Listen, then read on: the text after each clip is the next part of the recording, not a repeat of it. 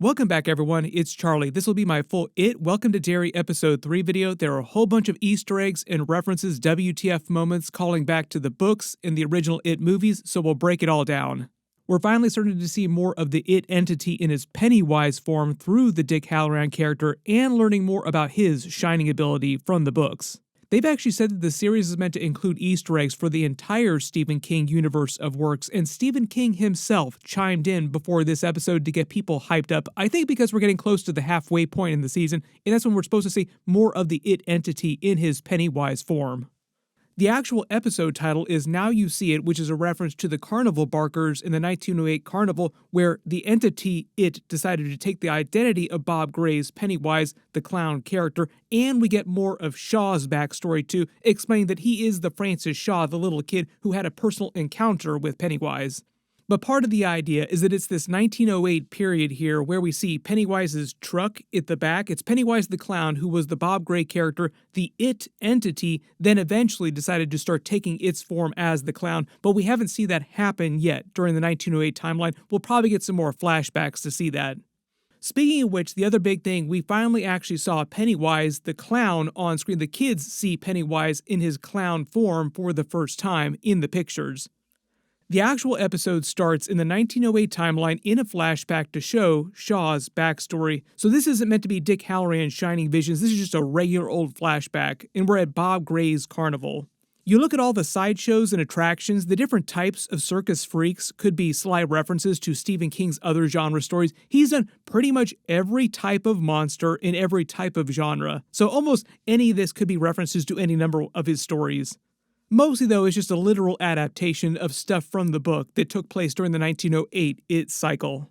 When the Barker hypes up the freak show, calling them all cruel tricks of God, there is a god in the Stephen King universe. His name is Gunn, the White Light, inside the Dark Tower series. But you have to remember that the Stephen King universe is sort of bound together, which is why there's so many different Easter eggs from other stories inside Welcome to Derry. You notice that Shaw spots the clown with the red balloons at the cart. Early Pennywise Easter eggs here. It's a female clown, though. In the cart is the cart that Hallorann sees in Pennywise's lair. Presumably, when Pennywise took Bob Gray's Pennywise the Clown form, he also took the cart and then just moved that into his lair in the cistern. So that is meant to be the actual cart of his from the 1908 fair. Then the Barker convinces him to enter Slorak the Man-Ape's tent with a bunch of other sideshow attractions in there too. The Hall of Mirrors, meant to be a callback to It Chapter 2, where Adult Bill chases the little kid through the Hall of Mirrors until he encounters Pennywise, but this time, young Francis encounters the Skeleton Man, which just freaks him out in general. But it is meant to be an actual Skeleton Man, it's not Pennywise yet. I think there was also a blink and you'll miss it cameo scene. The piano player I think is meant to be Andy Muschietti himself, like the creator of the series, cameoing on the series. Francis runs out afraid, gets berated by his father for being afraid, who gives him the slingshot that he won as a prize, and as they leave, the female clown watches them pass with that weird horn, but also this is still not meant to be Pennywise yet, the It entity yet. It's still like a regular clown. We should also say that even though Bill Skarsgard plays Pennywise the Clown, who is in the form of Bob Gray, the real-life person during the 1908 period, that he just borrowed the likeness of, this female clown might be an Easter egg for the idea that Pennywise, the It entity, is actually female-gendered in the books. Technically, It is meant to be a female character. Their car overheats on the way home, causing him to meet Rose, the Native American who's part of the tribe. Also, really big Easter egg too, we found out Rose's tribe is called the Children of Maturin, the cosmic turtle, who is basically one of the avatars of God in the Stephen King universe in the Dark Tower series. There have been so many Easter eggs for the turtle during this series, I'll be kind of upset if we don't actually see a real cosmic turtle at some point by the end of the series. But part of the idea here is that he makes very close friends with her and they form sort of a 1908 losers club kind of vibe. Francis! Come back! One day while they're playing, he winds up running into the woods and encountering Pennywise, who takes the form of the Skeleton Man because it's like the last thing that he was afraid of, that Shaw was afraid of, and Pennywise will just use whatever you're afraid of against you. Right before he consumes Shaw, the little girl saves him with the slingshot, creating it as this artifact that Pennywise is then afraid of, kind of tying it to him psychically so that Hallorann can use it in the future to try and locate Pennywise's body. Then as Pennywise chases them to the edge of the forest, it cuts to the credits. So the big idea here, though, is that Shaw had a personal encounter with Pennywise, explaining why in present day he would think to come back to Derry to try and capture it and use it against the Soviets. Like I said, though, there are a couple plot holes with that if he was supposed to forget everything, like literally everything, when he left Derry. My assumption there, without more evidence, is that he was reassigned to the base near Derry, and once he came back to Derry, then he remembered Pennywise and everything else. Then he came up with the idea to use the Pennywise entity against the Soviets. So it didn't happen until he just coincidentally got stationed back at Derry. Rewatching the intro here, it looks the same as last week. I did a longer breakdown of all the Easter eggs during my episode 2 video, so if you want to see those, just watch my episode 2 video. We will see if they change this in any significant way between now and the finale.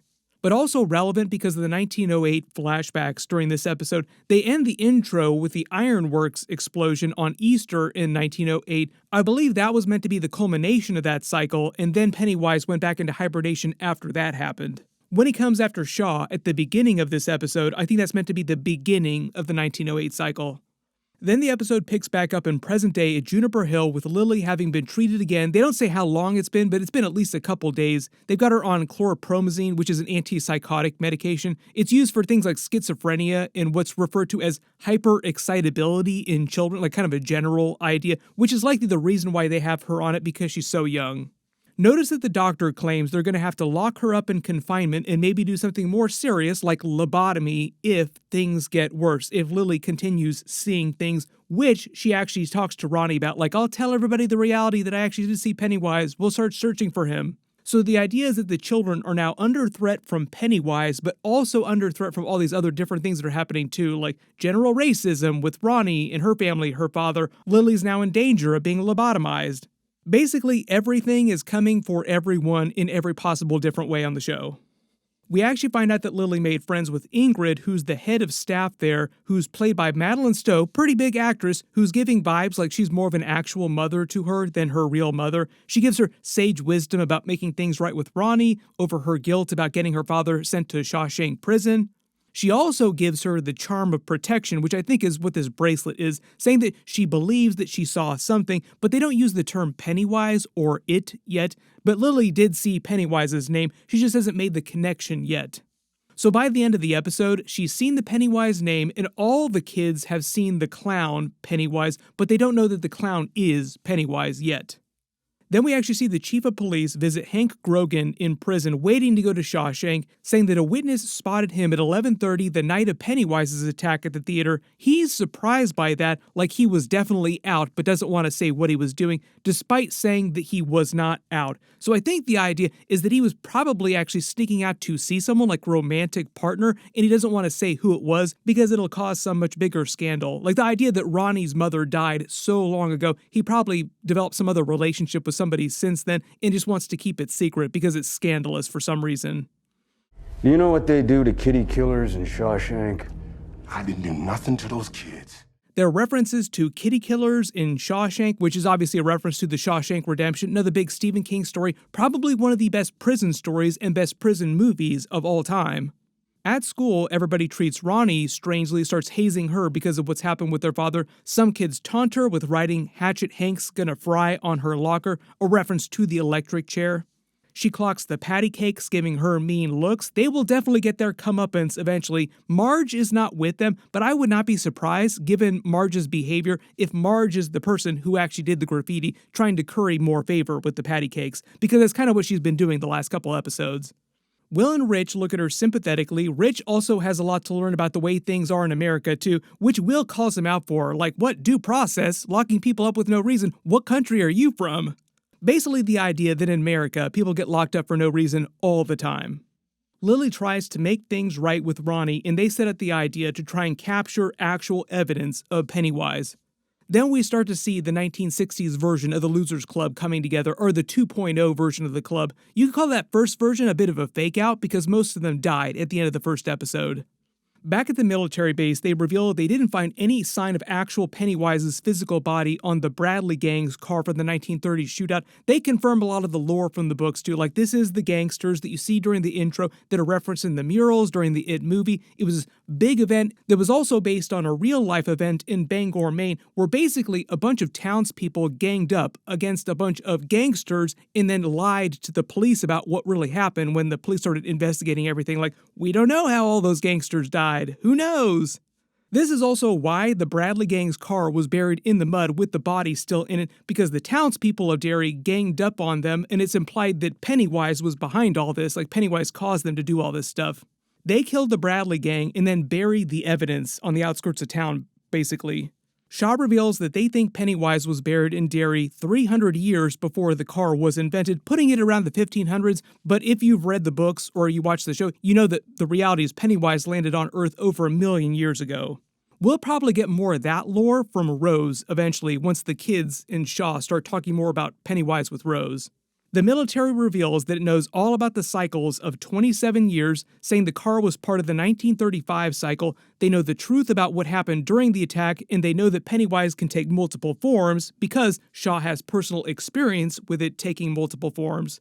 But remember, they're just calling it the entity here. They don't know about the name Pennywise yet. Shaw comes up with the plan to speed things up by putting Hallorann in the air, giving him the slingshot that was used to save him from Pennywise in the past in 1908.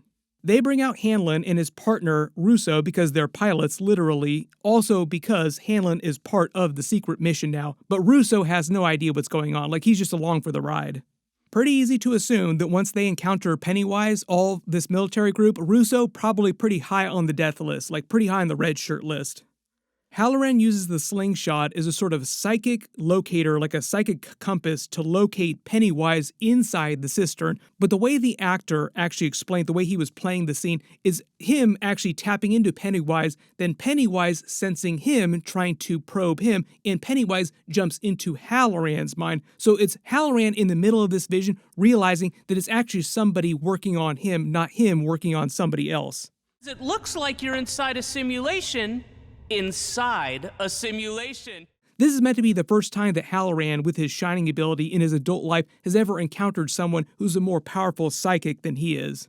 So what you're seeing here as he actually travels into the cistern, I love the transition too, where like it starts to show the water inside the plane and it transitions in the vision and the door closes behind him. Hallorann is starting to realize that the thing that he's encountering is way more powerful than he can actually deal with, and Pennywise starts cycling through all of his fears and his mind, all the things that Hallorann is afraid of. Mostly you wind up seeing a bunch of really freaky looking clowns, the Vietnam War, because Hallorann was at the Vietnam War, like he participated in the war, and his grandmother, who we also learn had the shining ability before him, like it passed down through his family line.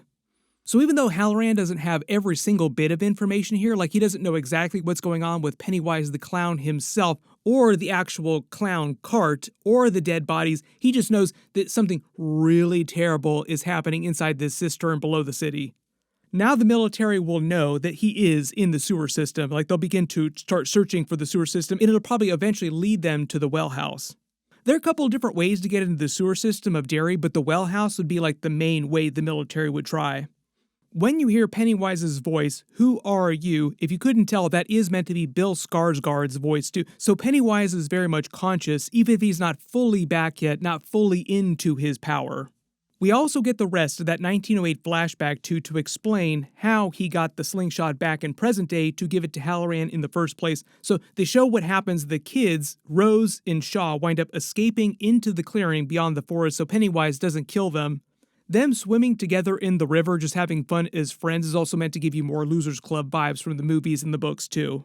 When he says he's leaving the base because his father's been transferred to another part of the military, she gives him back the slingshot so he is able to give it to Hallorann in present day. Also setting up the idea that he's going to forget everything the minute that he leaves Derry and won't remember until he physically comes back. Then the camera does this cool thing where it transitions to present day using the girl's face morphing into the shopkeeper, Rose, from last week, just to confirm that this is literally the same group of people from 50 years later, like this is the same girl from 50 years later.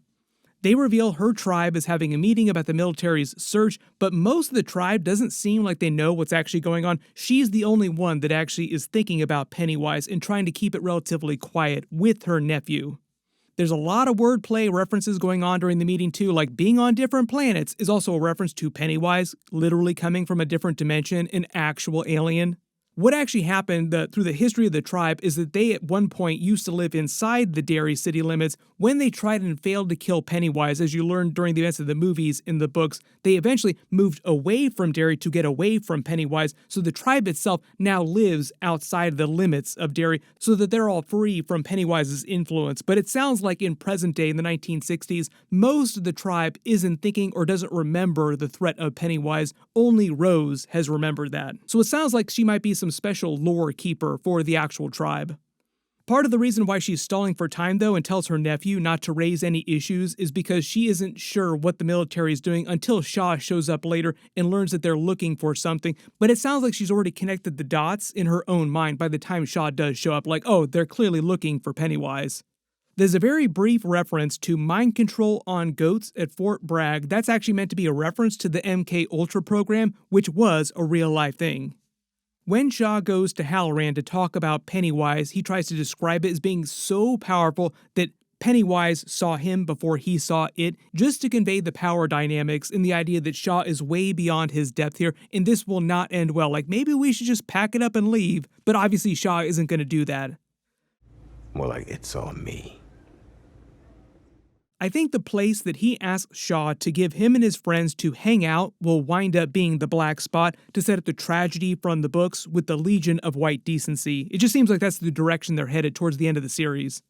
Then we find out that Lily's mother is a waitress at the local diner on the strip here, and Will and Rich are talking about Alan Shepard peeing himself just a little while before becoming the first American to do a spacewalk. This actually happened in real life, which is why they're laughing about it, like it's a real thing. There are a couple more references to Rich loving Marge. He also talks about this later. It seems like they're setting up some big funny moment later in the series. Ronnie and Lily come to recruit them to their new Losers Club 2.0 because of the pictures. They need help developing them.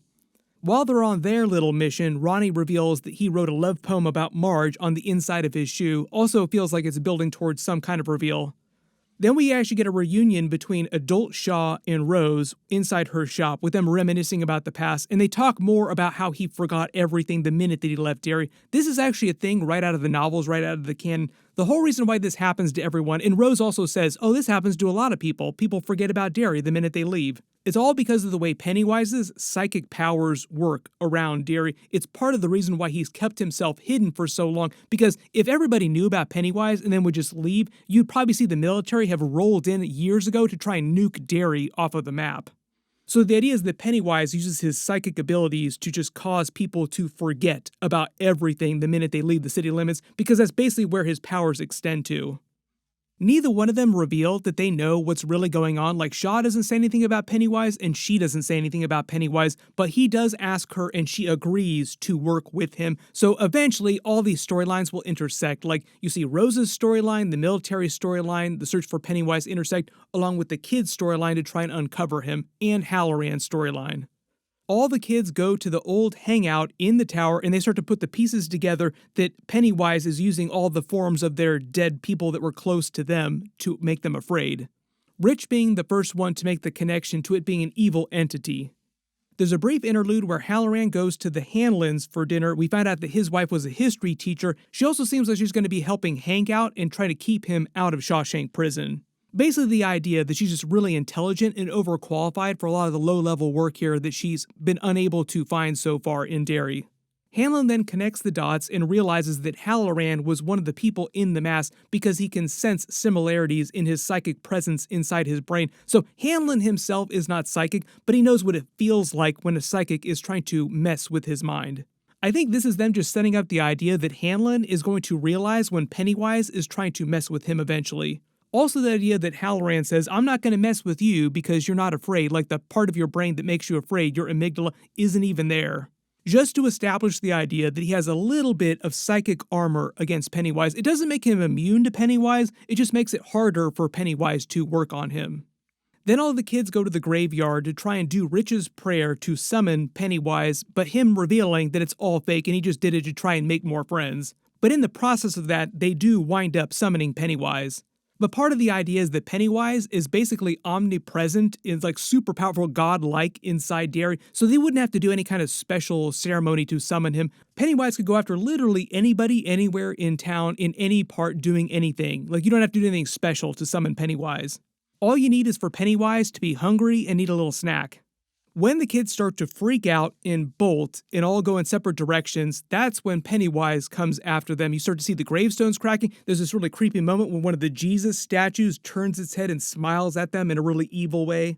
Then Pennywise causes them to see all the dead kids that died at the beginning of episode 1, or through the events of episode 1, including Maddie, because he died at the beginning of the episode. While this is going on, you notice that Pennywise is warping reality around them because he can control all of reality, but they start capturing pictures and do actually capture some of this on film.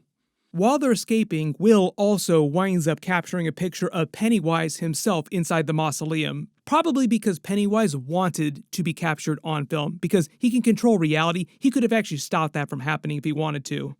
Part of the reason why they're successful in actually capturing pictures of Pennywise is because Pennywise wants this to happen. That's how powerful he is. He's just messing with them, making them more afraid, salting the meat, making it sweeter when he will eventually try to eat them again. But we know because of plot reasons, some of these kids do have to survive, like Will, for example, has to survive so that someday he can eventually sire Mike, who is part of the actual Losers Club from the books in the movies. Some of these other kids, though, can totally be marked for death. Like, not everybody has to survive the 1960s period. Really, the big thing here, though, is that they all have a shared Pennywise experience. They all experience it together, so they're all believers, including Will, who was not a believer before this. Like, oh, now I understand. Also, Ronnie and Lily seems like they made up. They clasp hands like, okay, we'll put our differences aside. There are things that are way worse right now we need to deal with, like a terrible clown that's going to kill us all. They go back to the school to develop the footage, and the reason why they were able to capture apparitions physically on film, like why this is able to even happen, is because Pennywise was warping reality so that there were actual ghosts running around, flying around like this. Really important distinction, because if it was only happening psychically inside their heads, they wouldn't be able to capture it on film. When they get to Will's picture, also love the ending moment here where they're like, why is this a clown? Why is there a clown in my pictures inside this mausoleum? They haven't figured out. This is actually what he looks like he's wearing his outfit that you'll see him in a couple episodes. I think episode 4 will be the first time that we actually for real see him on screen. They actually said part of the reason for holding off on Pennywise in clown form on screen was so that the audience week to week wouldn't get used to him and less afraid. Like, the longer people had to stare at him, the less afraid they would be of him in later episodes. You can let me know if you agree with that. I think they were just trying to be more judicious with how much Bill Skarsgard, actual Pennywise on screen running around, they wanted to show. Just because there are so many Easter eggs and references during the episode, if there are any that you spotted that I didn't talk about in this video, just write them below in the comments. I'll add them to my future bonus videos. I'll do an episode 4 trailer video next, and my full episode 4 Easter eggs video will post next week when they release it, so be sure to enable alerts for my channel so you don't miss anything. Everybody click here for that episode 4 video, and click here for all my Predator Badlands videos that I just posted. Thank you so much for watching, and I'll see you guys in the next one.